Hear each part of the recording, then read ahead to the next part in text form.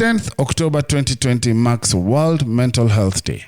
This comes at a time when our daily reality has changed as a result of the COVID-19 pandemic. The challenges we have faced in the past few months have been considerable. The excessive fear and anxiety of the unseen virus, students all across the country adapting to no school or online classes, limited contact with family members or close friends, and worse still, the loss of livelihoods and loved ones, and the strain on healthcare workers. All this has increased our awareness of our mental health and makes it clear that psychosocial support will increase exponentially in the coming months and years. This year's objective for the World Mental Health Day is greater investment in access to mental health care. And Inuka Wellness Kenya is collaborating with us at Living Truthfully to give you mental health support and hopefully make your life better. Inuka is a digital well-being app that is available on WhatsApp and provides anonymous mental and emotional support through certified coaches on your phone. And all you gotta do is chat at any time and anywhere. Now go ahead and get your free session on us at 0770 728 940. 0770 728 940. Chat now.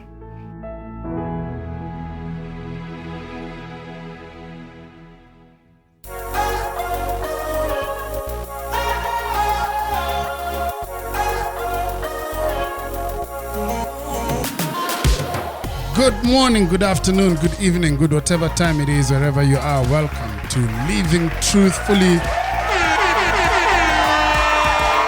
the podcast. And I'm excited, happy that you're still here, that you're still listening to me. Makofi tafadhali for yourselves. You're good people. And how you doing? What's going on in your world? COVID inakupelekaje? Are you starting to, get back to some sense of normalcy? Ama wewe kama mimi unashindwa what is normal, what is not normal, what is new normal? Is this COVID even real? Do you walk into a mall and you forget to wear your mask and then people look at you strange? Or are you still in a state of uncertainty? Whatever it is, just know, Yani, life is what you make it. Life is how you interpret the positions that the things and the positions that come to you. We might not have control over what life throws to us, but we definitely have control over how we respond to life. And I think that for me is one of the things that I'm starting to learn today. I've had a couple of changes in my recent couple of weeks, and some of them not things that were planned, some of them not things that were, I moved house. It wasn't planned. It was thrown at me. For lack of a better term, I was evicted. Asked to vacate. That's actually what they did. But turned out to be a blessing in disguise. And now as I record in my new premises, my guest even today was like, it's a good house. And talking of my guests, ladies and gentlemen, I've told you guys about Newlands, but that's not even why he's here. It's because I spent time with this guy, and this guy just had the most interesting stories to tell. And so, ladies and gentlemen, I want you to welcome with me my friend, my brother, my fellow. He's one of the parents of my son because we're in a group of fathers and sons together. His name is Mr. Joseph Kamata. And of course, because of his name, the right introduction to him is Kamata, Kamata, wako, wako, Kamata, Kamata, Kamata, wako. Makofi tafadhali for Mr. Kamata. How are you doing, sir? I'm good. Ukwaje? Niko salama. Karibu kwangu. Asante. Very nice place. As you say, it's a blessing in this case. It is, isn't it? Very good place. From an apato to some grass. Yeah, and compound. Enormous compound, yeah. Imagine. Yeah. It's a blessing in disguise. Kamata, thank you for coming. Asante. I've been telling these guys about you. Yeah. In the last 2 episodes. Well, I've been selling your land, but that's not the reason you're here. You're here because I spent time with you and I realized you have such interesting stories, man. And what you didn't know, maybe I don't know if you know this about yourself, but you're great at telling stories. Oh, I didn't know that. I just tell stories. You're really good. And then you're a funny guy. So the Maasais call him Ole Kamata. Really funny guy. But I think that let's start with when I met you. Yeah. We have this father-son thing called Jabba. And I think when Kanji put us together in our first meeting, you came and I introduced myself, and Kumbe, you had met some of my people along along the way. Yeah. But let's start with who you are today. How would you describe yourself? Well, my father of 3 children, 2 daughters and son. I run Newlands as my main business. Of course, I have the interests, but that's the main thing that I do. I'm a Christian, and I'd like to consider myself as a people developer, in the sense that I try to improve the life of everybody that I interact with, especially people who I work with. Yeah. People developer. And, I was trained as an engineer, but now mainly doing real estate and a bit of farming. All right. So let's start with the story. Let me tell you the story I want to start with. Let's start with the story of how you met your wife. That's a good story. I think it's a really fun story. So I remember you telling me something about selling T-shirts. Oh gosh, I didn't think you would go there. It's a good story. Yeah, it is. I mean, and it's a true story. And it's a true story. Yeah. Mm-hmm. Well, maybe I start when I was in campus. I used to do screen printing, and in fact, that's how I paid through my college fees. So I would print T-shirts and sell mainly in the campus, but also used to have, customers outside campus. I went to JKUAT, but we had this inter-university sort of camp organized by the Baptist Mission, Bucklands Baptist at Brackenhurst. So that's where I met my wife, and she got to know. Well, that time she was just one of the many participants. She got to know that guy from JKUAT sells T-shirts, and because a lot of people, especially from JKUAT, were wearing T-shirts written all sorts of things, mainly Christian messages. And she ordered. Shortly, she thought it's a good business idea. She would buy T-shirts from me and sell in. She was in KU. She would sell in KU, and she became my sales rep in KU. I was ahead of her in college, so I finished before her. And I set up a shop, basically a printing shop. Where the current Nairobi Baptist is. Yes. The new sanctuary. There used to be offices there. So I sublet one of the offices, and that's where I was operating from. Straight from campus. Okay. So all I did is just sort of made the business a bit more serious as I was looking for a job. The mindset that time was that, the main job is what I was trained for. So I'm looking for an engineering job. Yeah. But in the meantime, I would continue with the T-shirt printing hustle and a bit of graphic design, doing a bit of cards and stuff like that. So she continued to be one of my many sales rep. I had another one for main campus, some other guys doing Daystar and Catholic University. And, at that time, I think I was also eyeing someone else. I hadn't, we were not in a relationship. She was just one of my sales rep. But as we did business, it became apparent of all the people that I work with. This not only was she organized and all that, but we began to develop a liking for each other. And so we converted the sales lady relationship into business partner, prayer partner. and before you knew it, we were going out, and proposed. That's such a good strategy. Well, it wasn't really a strategy. That happened. I know, but now I'm thinking about it as a strategy. It's a really good strategy, Bana. It's like, hire them as sales reps, all the potential chicks that you have in your life, See the one that actually sells. No, I'm joking. Yeah. No, there was a real abstraction. I mean, the performance and everything was secondary. I mean, it is important because, of course, it sort of fuels the attraction. But as a person, very nice person, and you get to connect in a different way than all the other people that you're working with. And you're at that age where you're thinking, actually, this could be somebody I could spend the rest of my life with. And that's more than 20 years ago. Eh? Do you still stand by that decision? Oh yeah, I mean, I've met her. I know she's a wonderful woman, but I'm just asking you so that about to say kweli, need to living truthfully. We're now married, 19 years. Wow.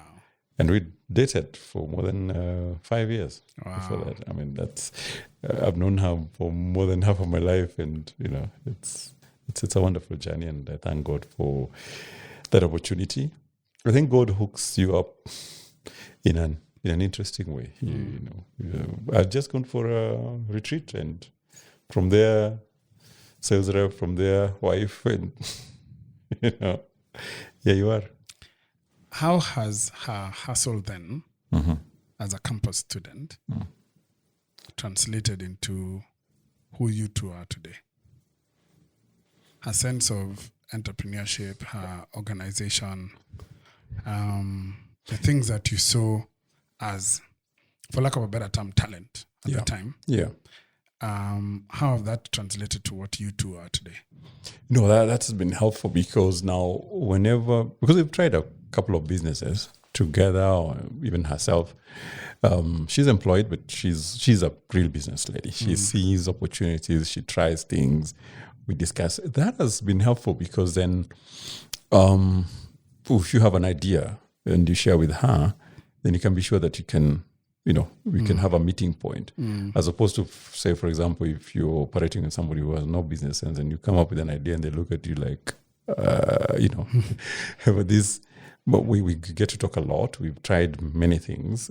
Some work, some don't work. And even when they don't work, being that we have that entrepreneurial kind of mind, we trudge on, and some we're happy about, some we're like, okay, that was a good experiment, didn't quite work, and we move on. So it makes it easier when you're dealing with somebody who is, that's a very interesting conversation, because I had a similar conversation with a friend on Sunday morning, and we were asking ourselves, is it important for you to marry someone or be with someone who you have common interests with, who you can discuss work, biashara, your everyday life, and they would understand, So if you're corporate, she's corporate, if you're in entrepreneurship, she has a sense of entrepreneurship, things like that.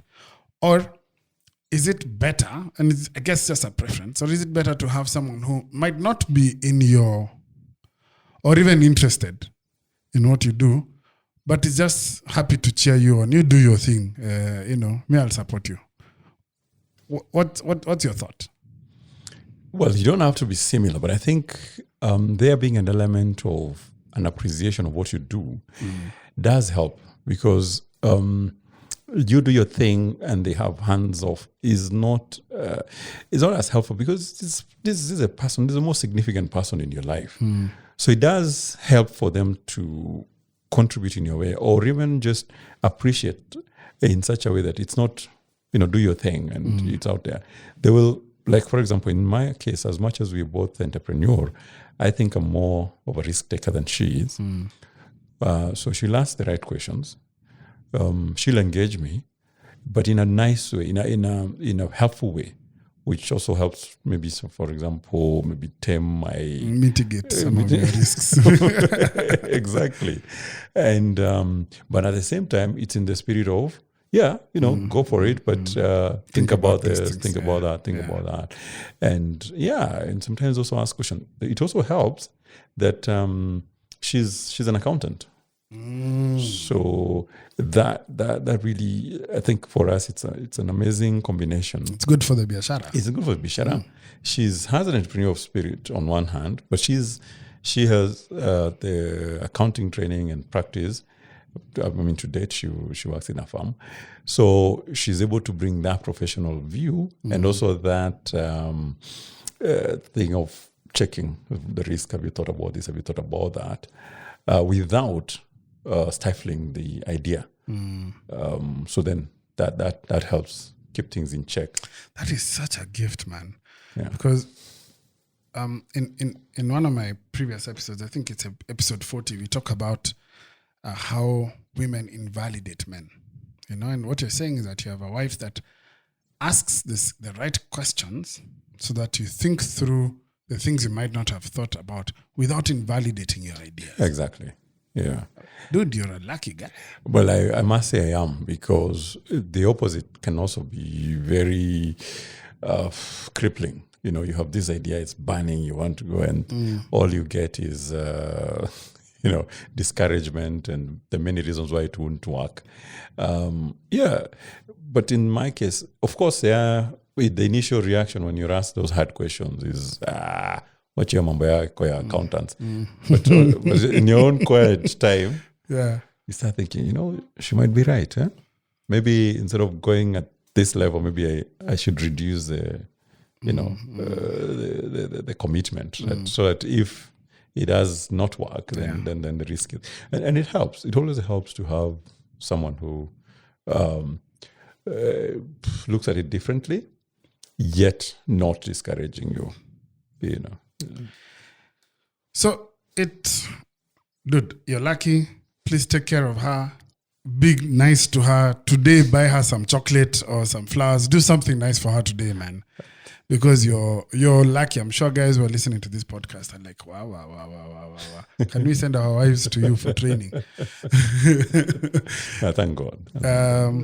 No, it's a brilliant idea. The training. I'm joking. So, yeah.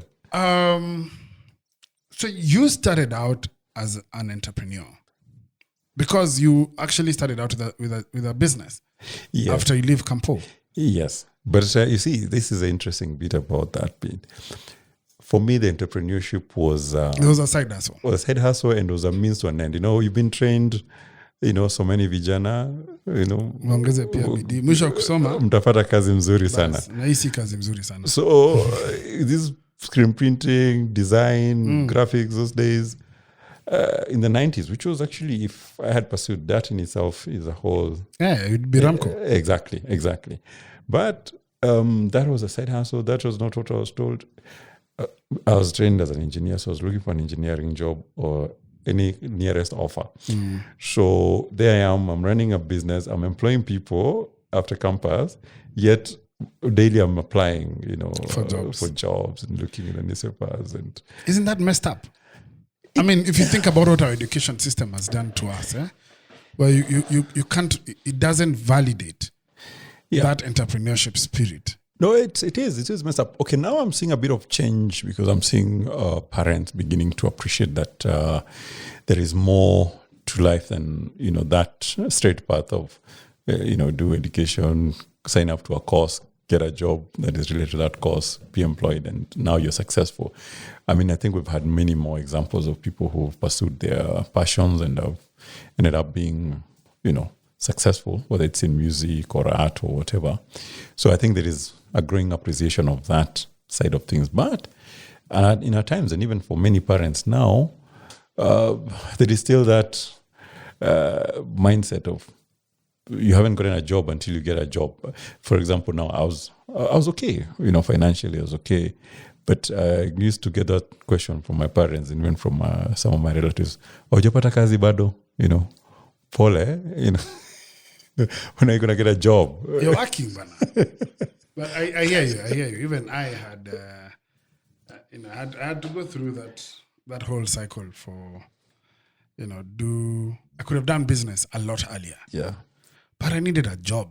Yeah. And I wanted a job in advertising. I wanted a job in media. So I went looking for it. Exactly. And the downside of that is that then you don't give the hustle your all.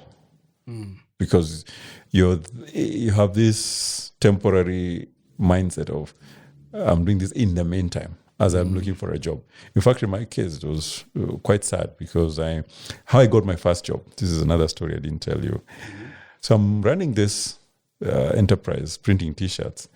I think the other side of me is that I do have a natural talent for design and all that. So I'll do the designs by hand, then go to town. Those cyber cafes that used to be there. Yeah. Go to a guy, he does it on computer, PageMaker those days, and CorelDRAW, and then now have it translated into a negative and into a screen. Yeah.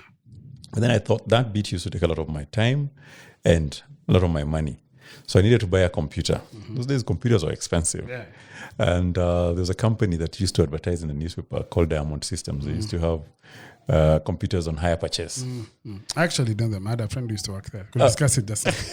Okay. So I wanted to go and see Harun Washira. I knew that my uncle knew him. So I called my uncle and said, I want you to take me to Harun Washira. And I talked to him so that they can give me a computer on hire purchase so that I can reduce my cost of, design bureaus and the time that it takes to go to town to have my designs done.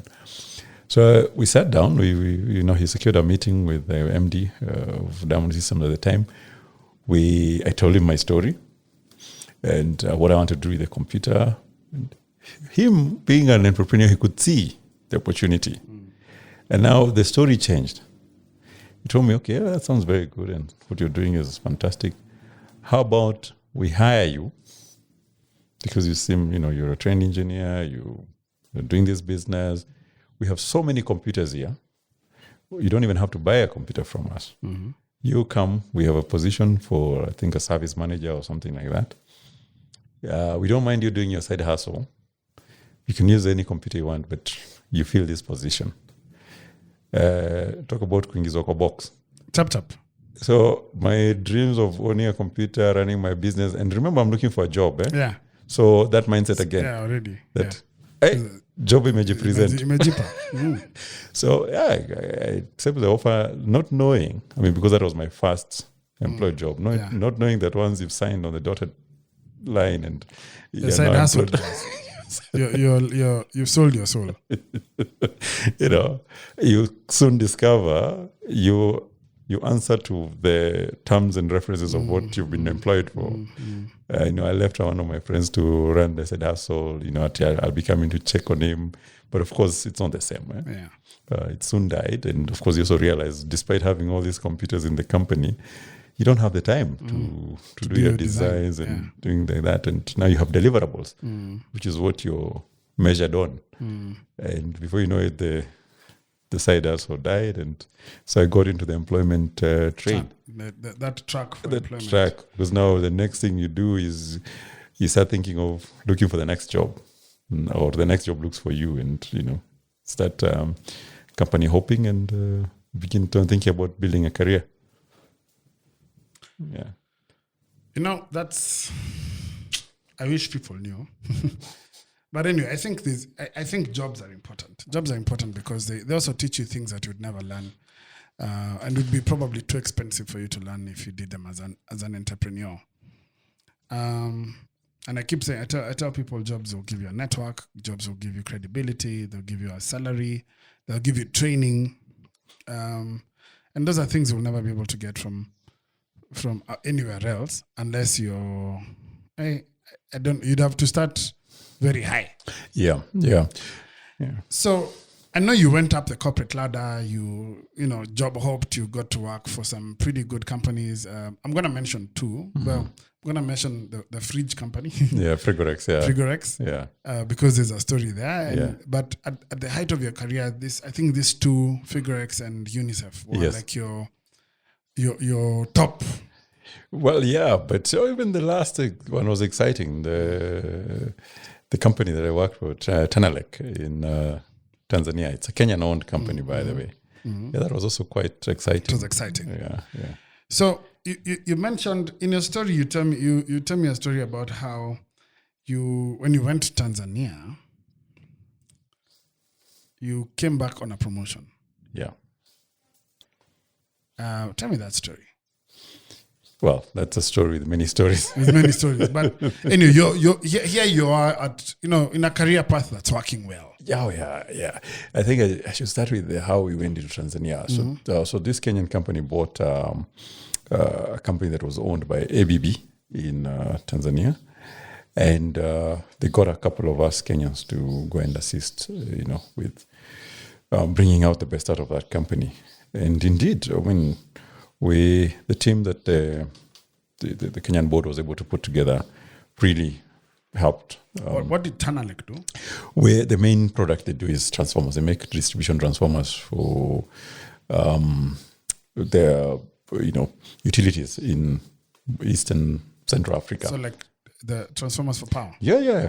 Like Kenya Power would be one of their customers. So really, there are utilities in the country.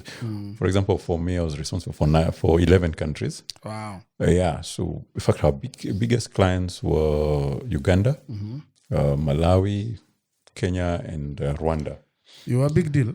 Well, it's quite an interesting job, and that's his modest way of saying it was a big deal, huh? Okay. Well, and seeing Africa, and it's traveling in all these countries and selling to both the utilities and private sector. Yeah. So the main product is transformers, and then there's something called switchgear, which we assembled and manufactured and sold from Arusha. Yeah, so I was taking care of the commercial side of it, Fat title, corporate planning and commercial manager. Yeah, and it was working well. And for us, I think what was amazing is from how it used to operate under ABB, because it was 70% ABB and 30% government through NDC. How NDC is what? National Development Company in Tanzania. Using all these acronyms, Maze. As guys, NDC would be Jahe, Doma, Yeah. We're able to transform in terms of production. We're able to more than double the number of transformers we're making in a year. Wow. The sales the revenue went up. So we're doing very well, extremely well. And we had plans to even do better because, with distribution transformers, or the whole area of electrical distribution in Africa is one area that needs a lot of investment and needs a lot of development. So the opportunity is huge. We were doing that. That was really my last job. And talking about your question on how I came back to Kenya. So in the midst of all that, success and things looking good, one opportunity was available. I was, made aware of an opportunity in Nairobi to come back, and the group that owned Tenelec was looking to consolidate, what they were calling the power sector. So I was coming back to sort of head that, transformers, and you were going to cables, be a KGM projects. Or MD of sorts. you were going to be the Don. Well, to run like a department, an arm, an arm of the business. Of the business, yeah. So that's how I came back to Nairobi. How did that work? For people who've worked away from the headquarters, there's normally this thing that is unsaid of headquarters versus mashinani, or headquarters versus outposts. Yeah. So while you might be doing well in the outpost and you're the golden boy and you're shining and all that, I think most of the headquarters guys would like it to stay that way. You stay there? Stay there. Saksiduko. Yeah. Don't come here. So, when you come back to head office, and of course you come in with the same energy, and, you're trying to figure your way out. And then you find these guys have worked together and they have their own, maybe, dynamics, including that position being eyed by a couple of the people that you're supposed to be working with. And so you come and find it's not the same environment that you've been working in. And so for example, to give you how that looks like, you have a meeting, you map out what you think you should do, and guys in the meeting seem to support it and contribute. But then other meetings happen after the meeting. So the important ones. And in the next review, things have changed, and you're thinking, what's happening? And then also it doesn't help in the African context that in these boards, there are alignments and relationships and things like that, which you have to. So you get into not a position, or not a real corporate position, you get into a political position. Unknown to yourself. You're thinking, I'm just here to do a job. And I mean, soon you realize that mpira unakuwa mwingi. Ungo umekuwa mwingi. Yes. So you start realizing this job is more than just the technical bit or what the JD says. So did you leave, or were you let go of? It became a game of chess. Okay, you realize here is no future, but who's gonna pull the trigger? Do you call it quits, or do you wait to be let go? To be let go. So you get to a point where it's almost like an amicable thing of, this thing. So let's shake on it. Let's shake on it. So, I mean, that's terrible in terms of how that worked out, because coming back was meant to be a promotion. Yeah. And then you come back into this environment. How long was that period between when you came back and when you had to leave? It was about 4 months. Yeah. Everything, the house of cards, so to speak, falls in 4 months. Right? That's terrible. And 4 long months. Yeah, it's 4, and you've been working maybe for 4 or 5 years. Yeah, I've done 5 years. You're doing very well. Like you said. Let me tell you what people don't realize. And I know a lot of my listeners are in that category where they grow, where you're growing in your career. The truth is, the higher you go, the less technical your job is. The higher you go, the more it is about managing stakeholders.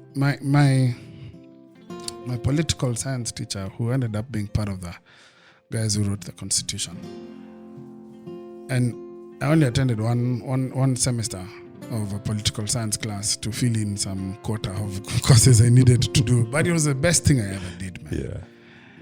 He explained to us that what a polity is. So if you're in a village, and that village has one source of water, that resource that you're using for, say, feeding the cattle, washing clothes, cooking, all the things, farming, all the things that you need the water for, that resource makes that group of people that depend on it, they're called a polity, because it's a community that depends on a resource.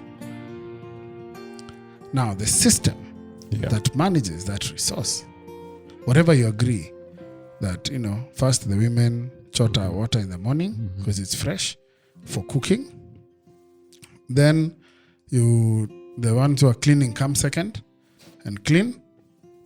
And then the farming goes, and then the animals come last. Whatever your process is, that system is politics. And the management of that system is now done by what you call a politician. Okay? Now, why this is important is because the higher you go in the corporate ladder, the closer you get to the resources. True. And so at the moment where you start making decisions about resource allocation, you must realize that you're a politician. And your technical skills, though they got you there, are not what is going to keep you there. Yeah.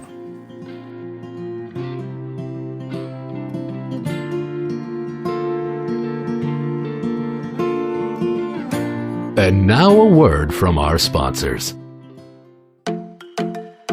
Moving house can be a daunting task even for a bachelor like me, who has little to move.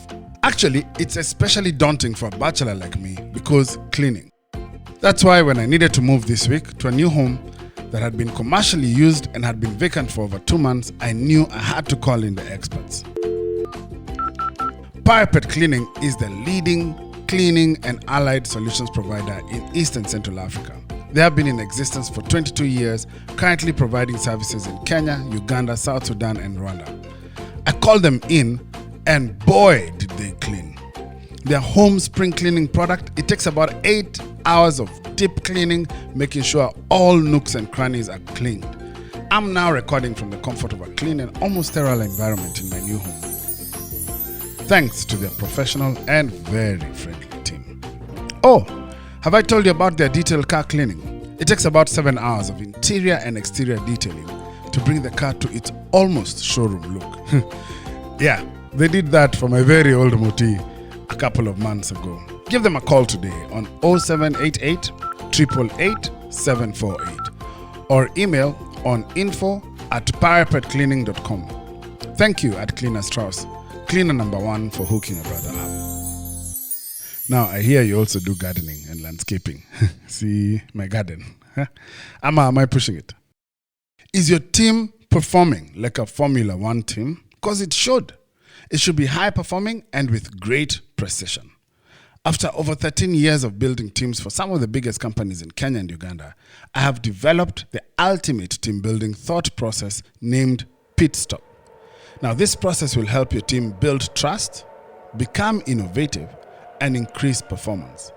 Now, if this sounds like the team you want to work with, even with the challenges brought in by COVID-19, shoot me an email on amanimaranga@gmail.com, and I will work at bringing your team to performing like a Formula 1 team.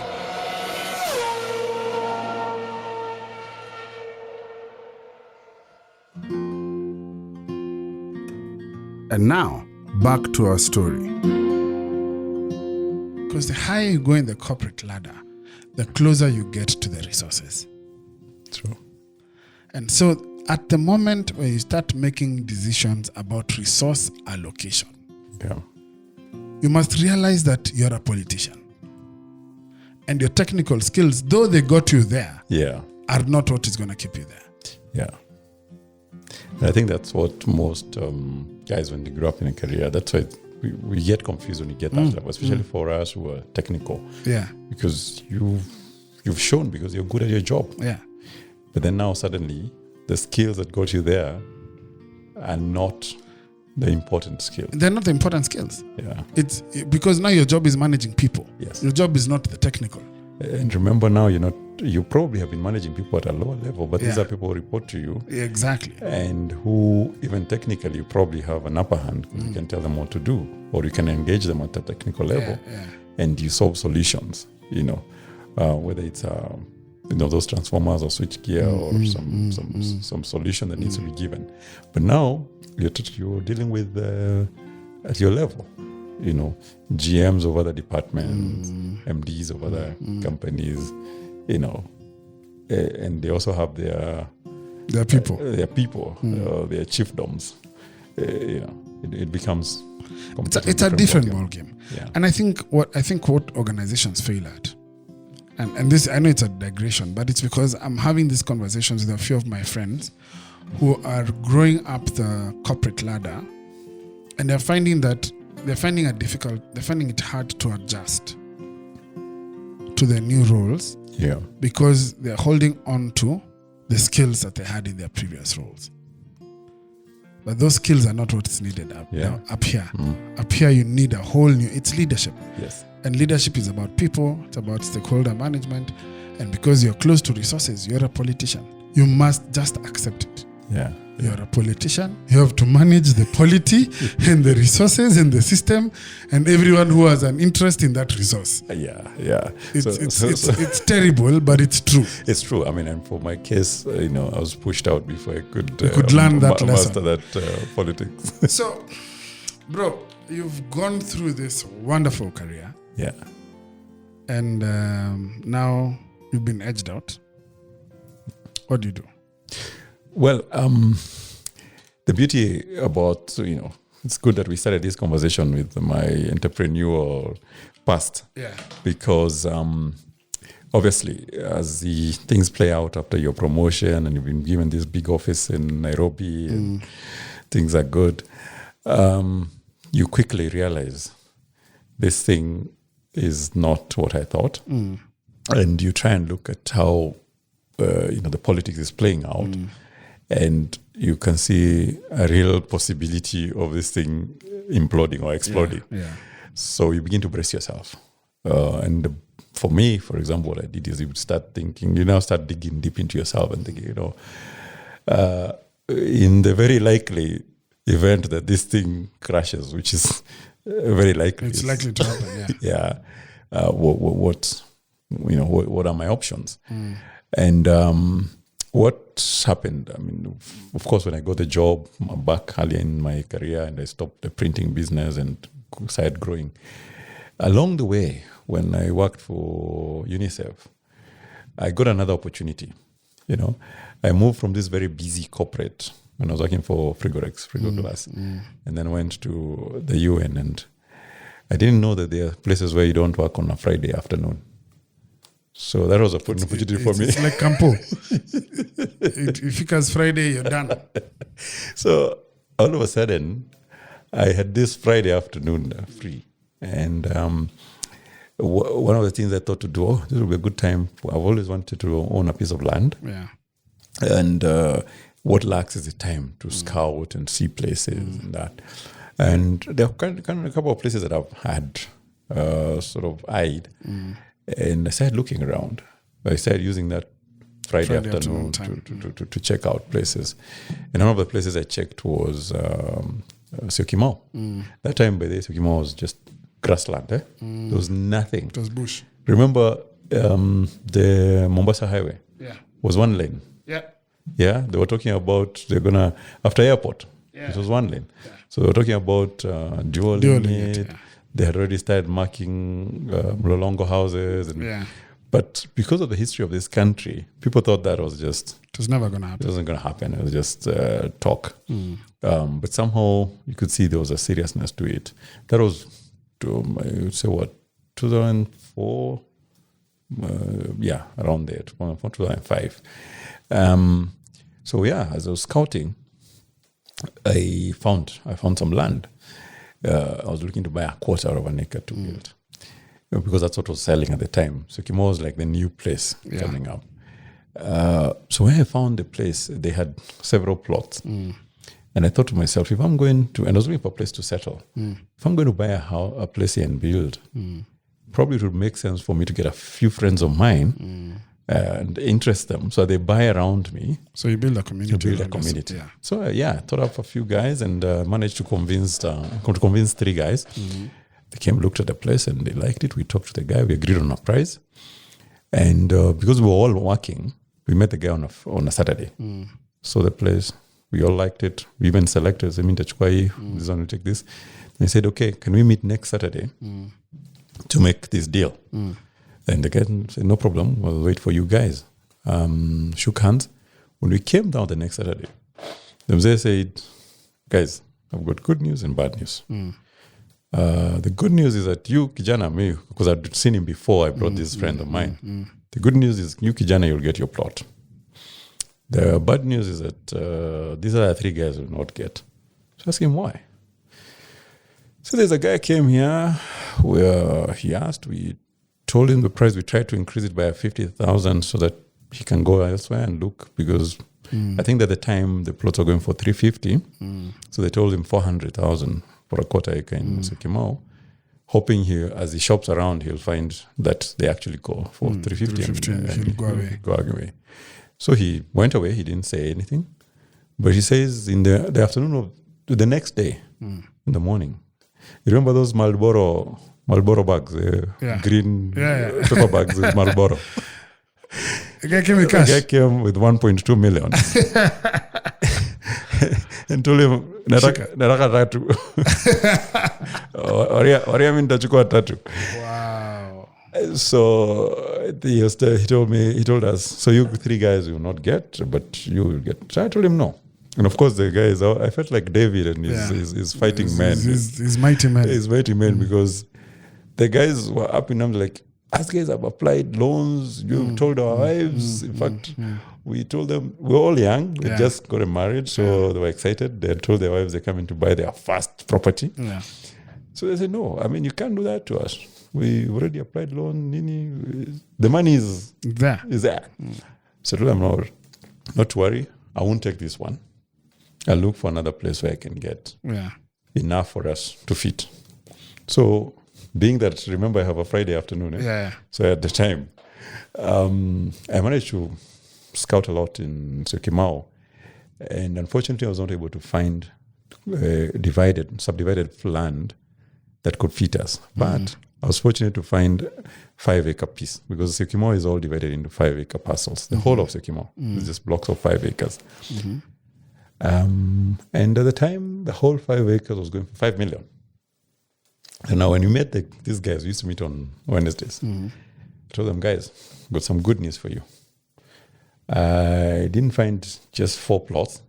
I found 5 acres, which if we subdivide, we'll get 18 plots. So yeah, we have 18 plots. I said, no, we thought you're mad, but now you've confirmed you are. Because, what does that mean to us? So how much is that? So before they're going to charge 350,000 each. Now I'm telling them to Chuck $1 million. $1 million each. Yeah. They're like, no way. I told them, no, this is a deal. We're going to have 18 plots. 4 already sold to us. So our problem is only 14 plots. I came as one and convinced you 3 in a very short time. Can't you all convince 3 or 4 people? So we had a very interesting discussion because they said, no, look, that was not the deal. We're just going to buy plots. Yeah, no, us guys were just looking for a plot where we can invest something for our family. Now you're telling us to get $1 million or you're telling us to get our friends. I told them, no, this is a deal. Between the 3 of us, we have already $1 million. The deal for the 5 million for the 5 acre is we put $1 million down and the balance is 90 days. So we already qualify. So what we do is we sign on this deal, get the 5 acre, subdivide it, put the 5 million down, the $1 million down, and we have 90 days to find friends and relatives who are going to take the FFF. It's called fools, friends, and friends, relatives, no, family, friends and fools. Yeah. Yeah. And, we should be able to sell. And my belief is that if I could convince you 3, I could convince others. I could convince others. Yeah. We had very interesting conversation because some of them, I remember one of them telling me, I'm not a salesman. Don't tell me to sell anything. I've never sold an onion in my life. So I'm not getting into sales. I said, okay, fine. I'll make you guys a deal. We sign up. We pay the $1 million. And then we will make a meeting somewhere. You invite your friends. And I will talk to them. Invite anybody that you can. So there used to be a place called Kingdom Business. There's Another place. a place. Down the road, Ngong Road. Yes.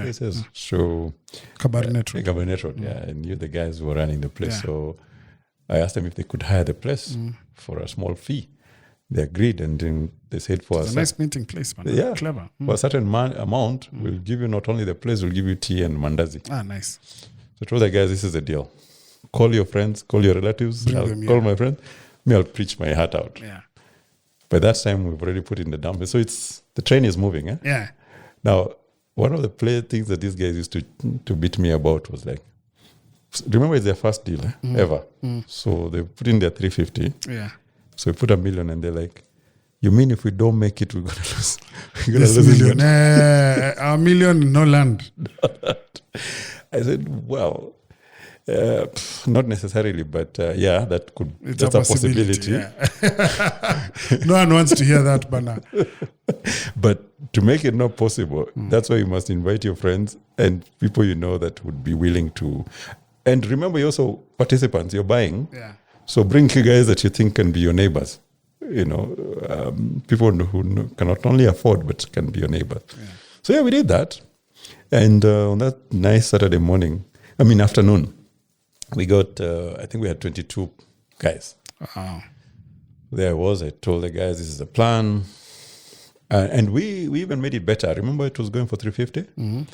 So we said, no, rather than just sell it as open land, like everybody was doing, we're going to make it 400,000. And with that 50,000, we're going to put a fence around. We're going to put the roads.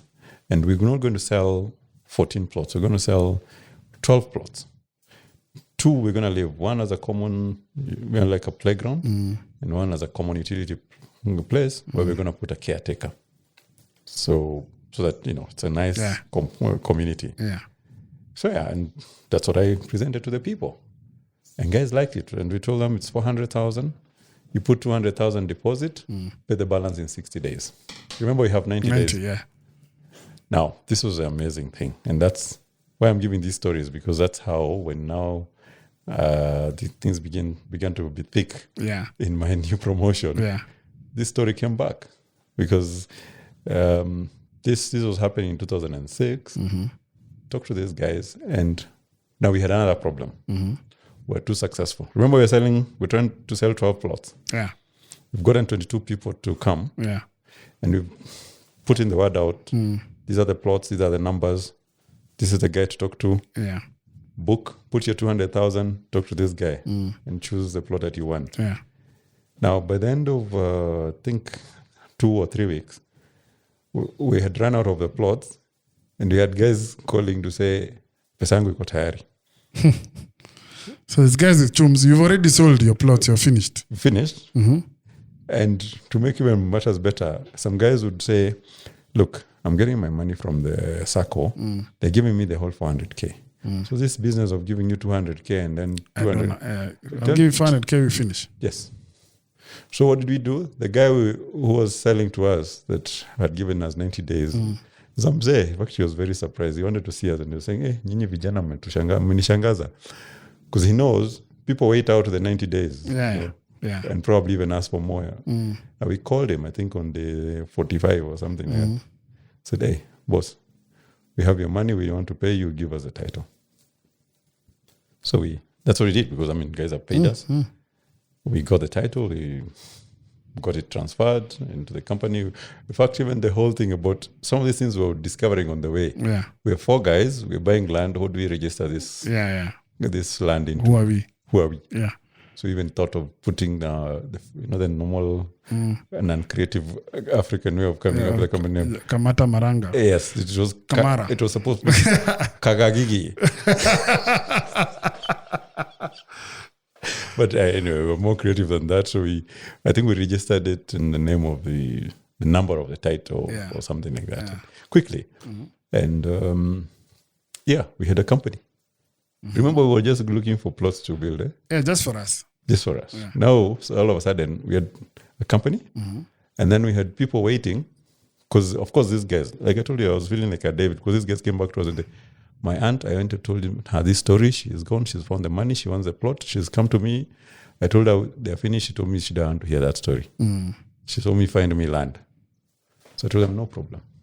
In my scouting, I saw many 5 acres. Yeah, I can get a second. And we did a second, we did a third, we did a fourth. And then this job in Arusha showed up. Yeah. Again, they thought, okay, the UN period is over. I need to move on. Back to corporate. I had a word with my boys. You guys want to go on with this? But now it has now become a business. And it was also... You're making some profit. Yes. And of course, so what happens with that kind of business, there was initial... You're satisfying the people who are on the waiting list. Yeah. But progressively it becomes more difficult. Now it gets to a point of now you're looking for customers to Jaza, because you have half of the last phase. Yeah. And then, but that time now we also thought, okay, fine, maybe we should take a break, especially now that I was moving to Arusha. Yeah. So we packed it. I did 5 years in Arusha, forgot about this land business. And when things now, just coming back to the story of how things were panning out. Such a good story, eh? When things now began to look like this politics is looking very interesting. Because the challenge with corporate politics is sometimes you don't even know, who you're working with. Yeah. Or who's for you, who's against you. Yeah. And like you said, as you go higher, you're not only dealing with it's politics. The colleagues, you also have board members. Stakeholders. And remember, this was even a listed company. So wow. So that stakes are high. that high. So when you realize this thing, and of course you start thinking yourself, do you brace yourself and start position yourself for the politics, or do you start looking for where the exit windows and doors? So I was in that position, and of course now you remember like a business you had back. Yeah. So I called up the guys and said, "Hey guys, this is what I'm thinking." They had moved on. And so I told them, "Look, if you guys are not interested, what I'm going to do, I'm not going to pick the name. I'm not going to pick that business as it is. Yeah. I'm going to do the same business, but I'm going to register A different company. Yeah. But I mean, for the sake of transparency and just knowing, I needed you guys to know that first. It's like a first right of refusal. Yeah, first right of refusal. I want to do this. Are you in or not?" Yeah. They all said, they were doing whatever they're doing in their corporate or in other businesses, and they were. I think they had packed that as another period that had passed for them. So yeah, that's how Newlands came about in 2013. And so when I was eventually told, hit the road, Jack. I didn't even hesitate. I already had enough time to think about it. And in fact, the first people to talk to were those guys that we had sold to. By then, some of them had even built in the places that we sold to in Syokimau. So they were settled. So if I'm telling them, look, the next frontier is Isinya or Kitengela or Juja or Narok. In fact, talking about Narok, that's how the whole idea of Narok came about, selling farmlands. The 5 acres. The 5 acres farmlands. Yeah. Because some of my older clients told me, look, I got my Syokimau plot, I've built. I've since also gotten something, I don't know, in Kamulu or somewhere else, 50 by 100. Now I'm looking for a place to farm. Can you get me some substantial piece of land? So we tried several places and eventually landed in Narok. Narok because, one, there's a very strong farming infrastructure support.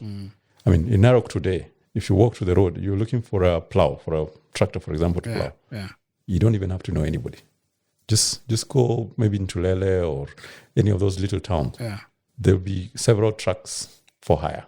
Available. Will ask for transport. Yes. Dago. Yes. I mean, today, if you go to Lele, that's what you'll see. You'll see tractors for hire, you'll see a bowser, you'll see a sprayer, you'll see a combined harvester.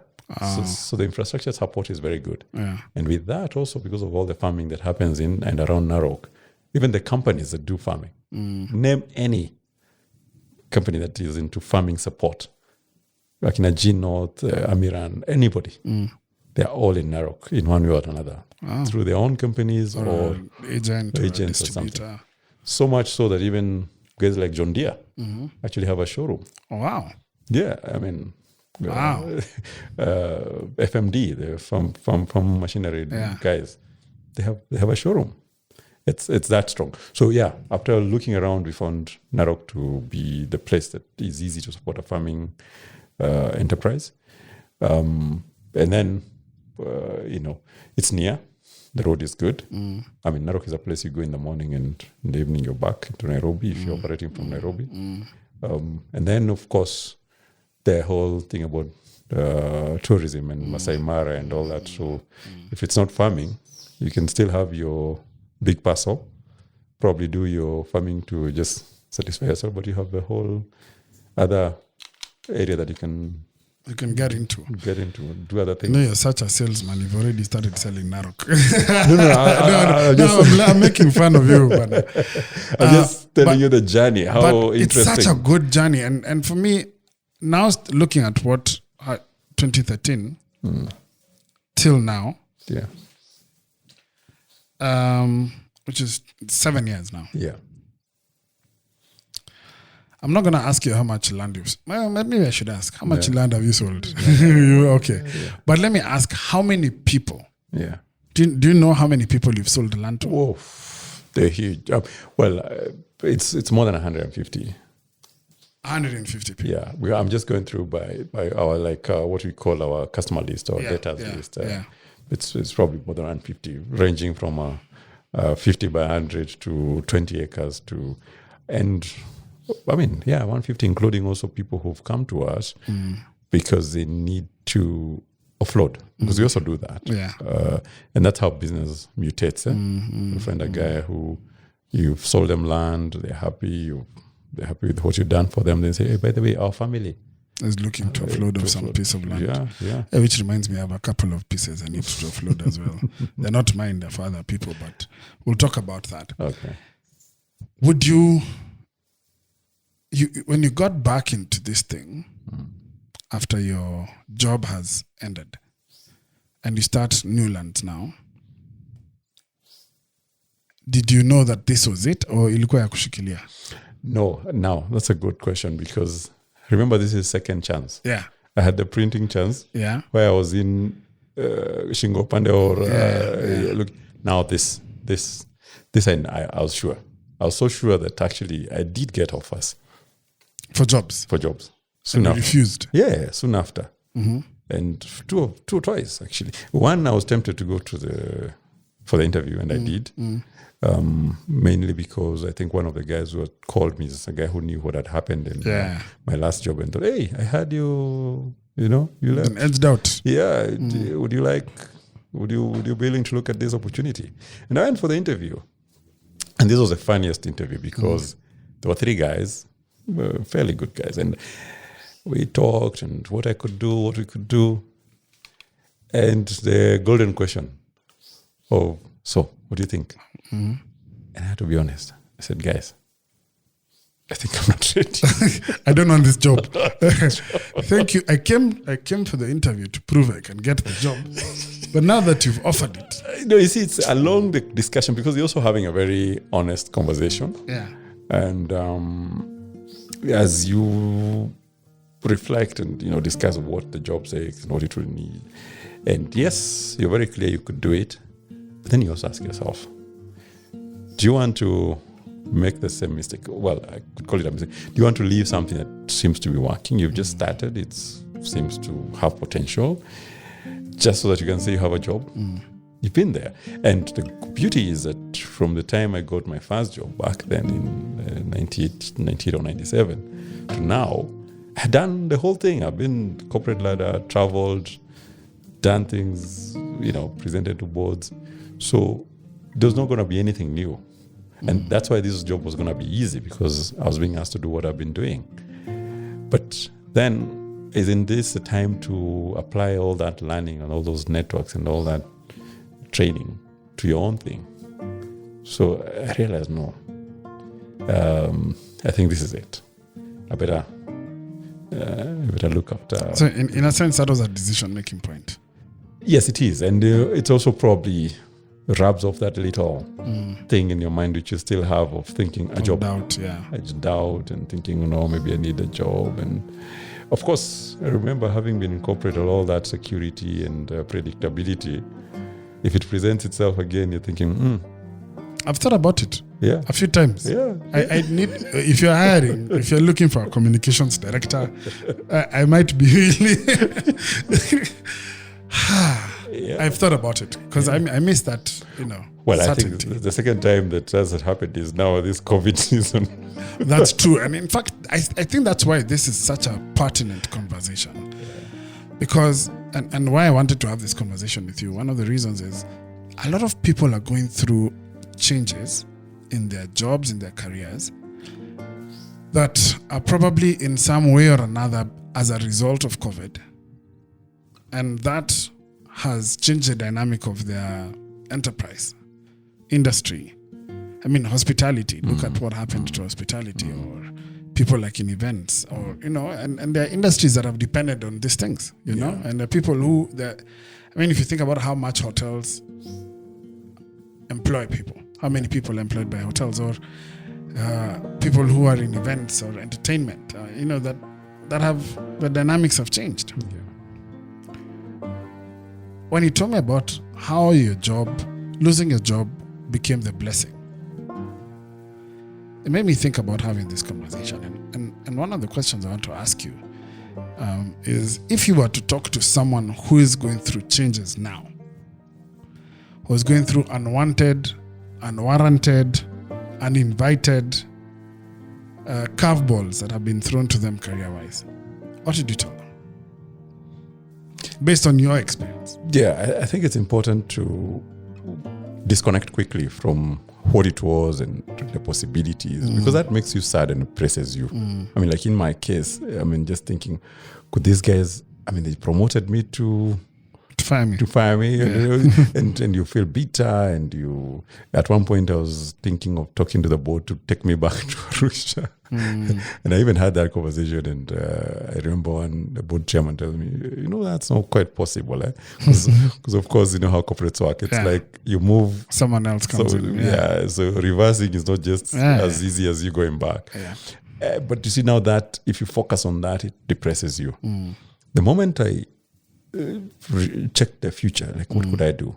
And it even began being exciting, because now I remembered the success we had with these guys selling land. And I thought, I mean, I have the skills, I have what it takes. Now I'm even better because I've met more people, I've been to more trainings, and, now I'm a better person. And all the training and experience I've had. The period while you've been employed, the things that have been inputted in you. Yes. Yeah. How can I use that to make something for myself?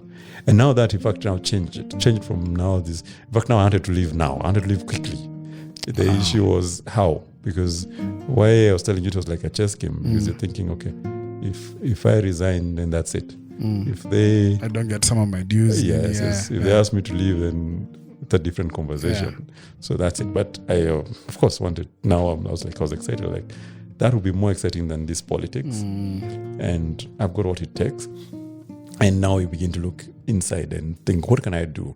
And I realize you've got what it takes, so it's more exciting. And eventually, when you leave, whether it's a retrenchment or you're fired or the job just dies, you're ready. You're like, and that helps you to think without regretting, without looking back, without thinking, they played me or you move. I mean, in my case, for example, at one point, when they did the calculation of what they needed to pay me, I didn't agree with it, and I pushed back a little. They said becoming difficult, and I thought, this is also going to slow me down. Start going to court and all that. Forget. Move on, and it's precious time that you're going to be wasting. And I would encourage people to think, what else can I do? And however little, take it and grow it. And in business, I've realized that whatever you apply yourself to do, and if you do it with all your might, and you without looking back and second guessing and doubting, it works. I mean, some of the biggest companies that when you go down to exactly what do they do, you find it's a very basic thing. Probably just a delivery company. So just get this from point A to point B. DHL. That's all they do. But it's a big company. But somebody has said, I'm going to focus on this. I'm going to make it work. I'm going to remove the pain from this process. So I'm going to provide a service. I'm going to provide something that people want to pay for. And I mean, for example, like for us, one of our biggest selling point is word of mouth. If we have taken you through the land buying process, seamless, we've gotten your title, whenever you've had issues with the government, we've updated you, and eventually we've delivered, you have no problem, referring your friends and relatives. If you brought some piece of land that you want to flood and we've helped you and you've gotten your money, you didn't get conned, you didn't lose, and the process was transparent, you don't hesitate to either come back to us or refer people to us. And so we end up having work. And in every field, it's like that. When you deliver, I mean, why do you go back to your favorite joint for your coffee? Those guys are consistent. They're consistent. They deliver every time. So you're not worried, It's true. My favorite joint for my coffee is my kitchen. They're consistent. I'm joking. I want to ask you a question, Kamata. Are you happy doing what you do? I love it. Well, in fact, I thought I was happy, but now it has been confirmed by guys like you and other people that we've gone we've gone with, and because what I do in a typical, when somebody says they want to come and see where I'm going. If you're not organizing a formal bus tour, it's just you riding with me. You want to see our land in Naivasha, or you want to see our land in Juja or Isinya or in Narok. I just do what I do. And more than once I've received a comment like, you really like your job, don't you? It's true. You're so infectious. And I've told you guys, I took trips with these guys. We did Juja, we did Narok, we did Naivasha. And there were such insightful trips. This is why I invited him here, not just because I'm pushing his land, and I am shamelessly pushing his land, but because you're such a good storyteller. And I mean, look at, we've listened to you, and you've told too many stories in this conversation. But what did you say is the most fulfilling part of your job?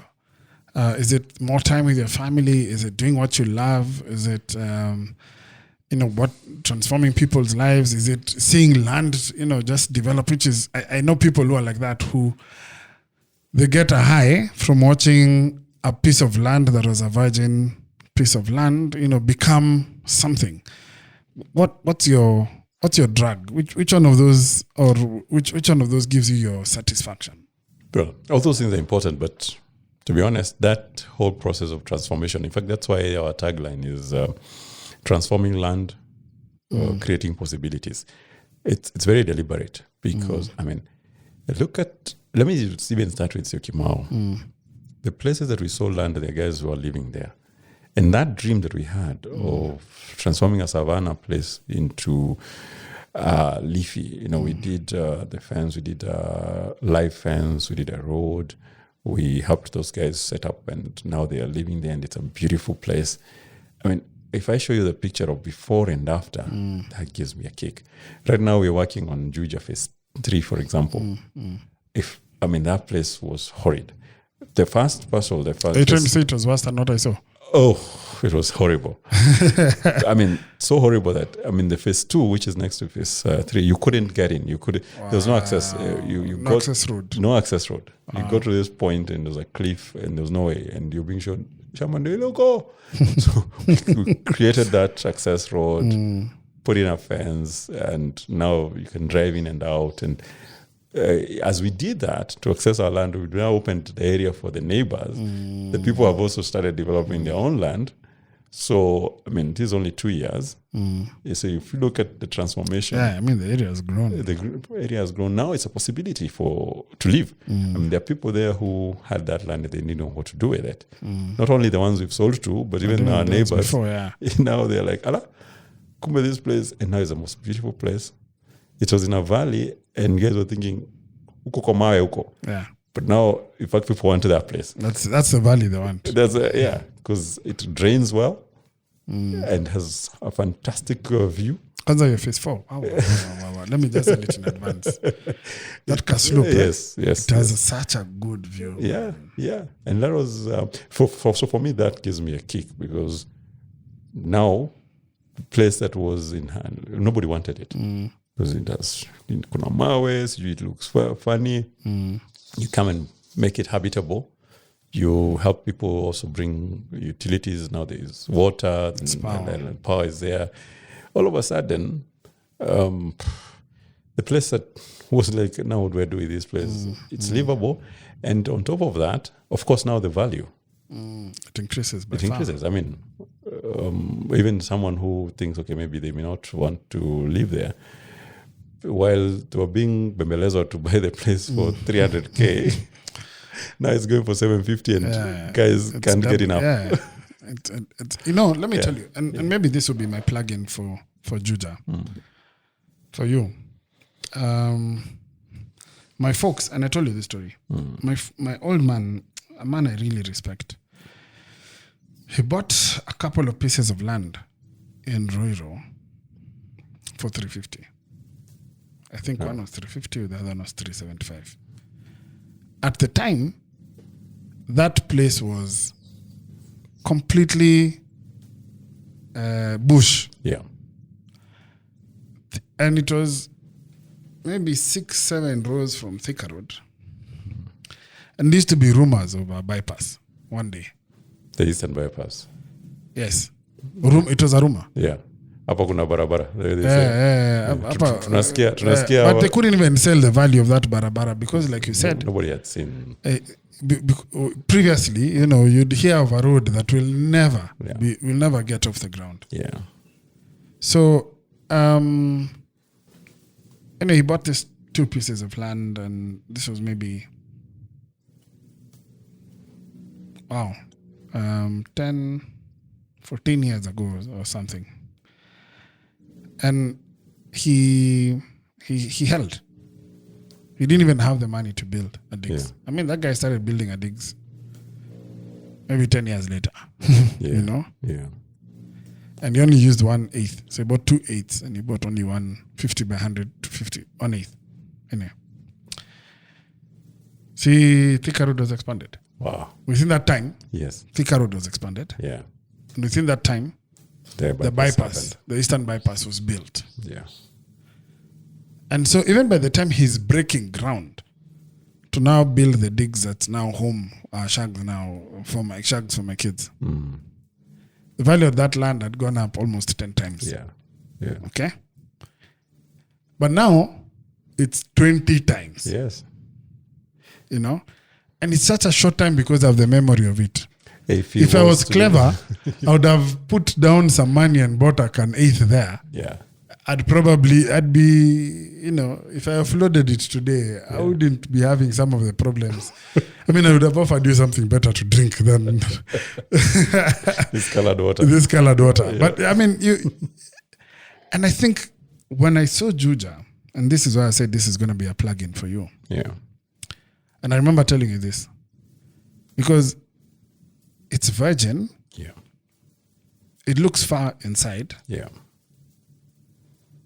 But if you know how the country is developing, and now there's that, what bypass is that? Oh, the Greater Eastern Bypass. The Greater Eastern Bypass, Yeah.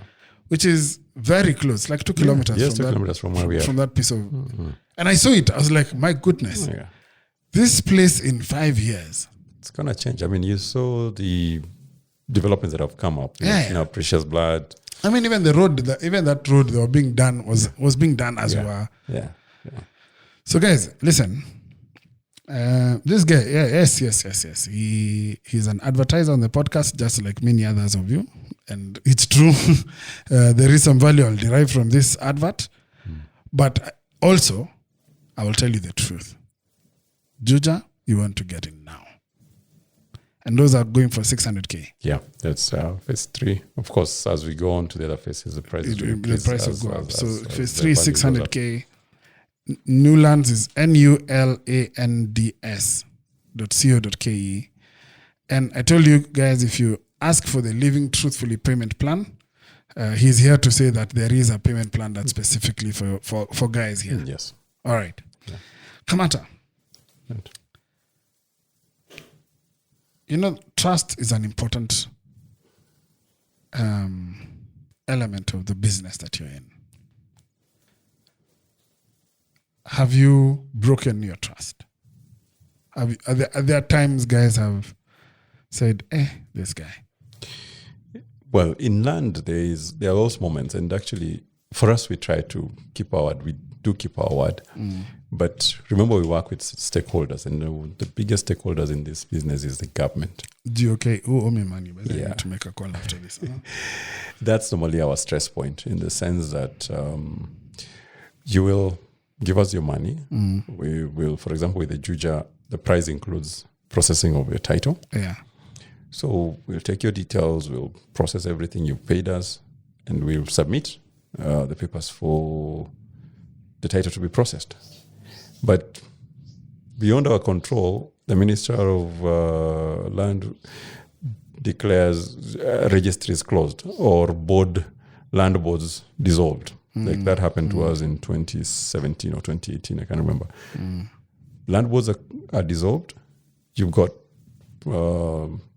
transactions going on, the people you need to process titles for, and you're stuck. So in that sense, there are those stress points. But what we try and do is communicate to our clients, tell them this is what has happened, this is what it means. That yes, when you engage with us, we told you it normally takes 2 to 3 months to get your title. But we're sorry to tell you that this time it might not, because the land boards have been dissolved and we don't know when they're going to open them. Similarly, I mean, during this COVID period, you find, like, for example, in Nairobi, the land registry was closed. So you have a transaction. Yes, you're told somebody, when you pay, it normally takes X number of weeks, but then now it doesn't. So yeah, in that sense, that's normally our area. Point, But how we manage that is by letting the people know what's happening. I mean, we had, for example, for a long one, the longest one that has happened is in Narok. There's a time Narok titles were processed within the month, because land boards sit every month. But from the time they dissolved the land boards, they took very long to reconstitute. And then 2017 elections came in, that whole process was interrupted. So it took like almost 2 years without a lands board. So imagine 2 years, you're waiting for your title and you had been told it takes about 3 months and you've paid. Yes, so we do have such instances. But fortunately, like we said first, a lot of our clients are clients who've worked with us before, or they've been referred. So they've been patient, and they're able to tell you've delivered before. And that information that we give is also out in the public domain. So even if they did a check, they said, oh, yeah, it's true. This is what's going on. Dude, I could talk to you for a very long time, because I like how you tell stories, but more importantly, watching you and, watching you as a father to your son, to your daughters, and just the kind of man that I've known you to be in the short period, 2 years that we've gotten to know each other. Like, I have a lot of respect for you, bro. Thank you. Yeah. Believe it or not, guys, I am soon to be landowner, courtesy of Newlands, and I'm very excited about that. So tell me, how do people reach you? What's a telephone number that we use? Our website is there. I mean, you can also get us on the 0727 488 788. Say that again. 0727 0727 488 788. 488 788. Yes. Also on Facebook, you're Newlands. Yes. Nulands on Facebook. Yes. Guys, listen, jump into Juja. There is opportunity in Naivasha and in Narok, but you gotta jump into Juja. Listen, Juja, it's 3 kilometers past Juja Farm, 1 kilometer from the road at Mumba. It's 2 kilometers from the proposed Greater Eastern Bypass, which I'm telling you guys, that thing is already being done. And that's a game changer. It's an 8-acre plot with ready titles. It has access roads all the way to the property. There's water and electricity within, and the roads within are also graded. It is fenced, so you're actually buying some form of gated community. And I trust this man with my life. He's a good man, and this is a shameless plug because, I'm trying to get the best price for my piece of land as well.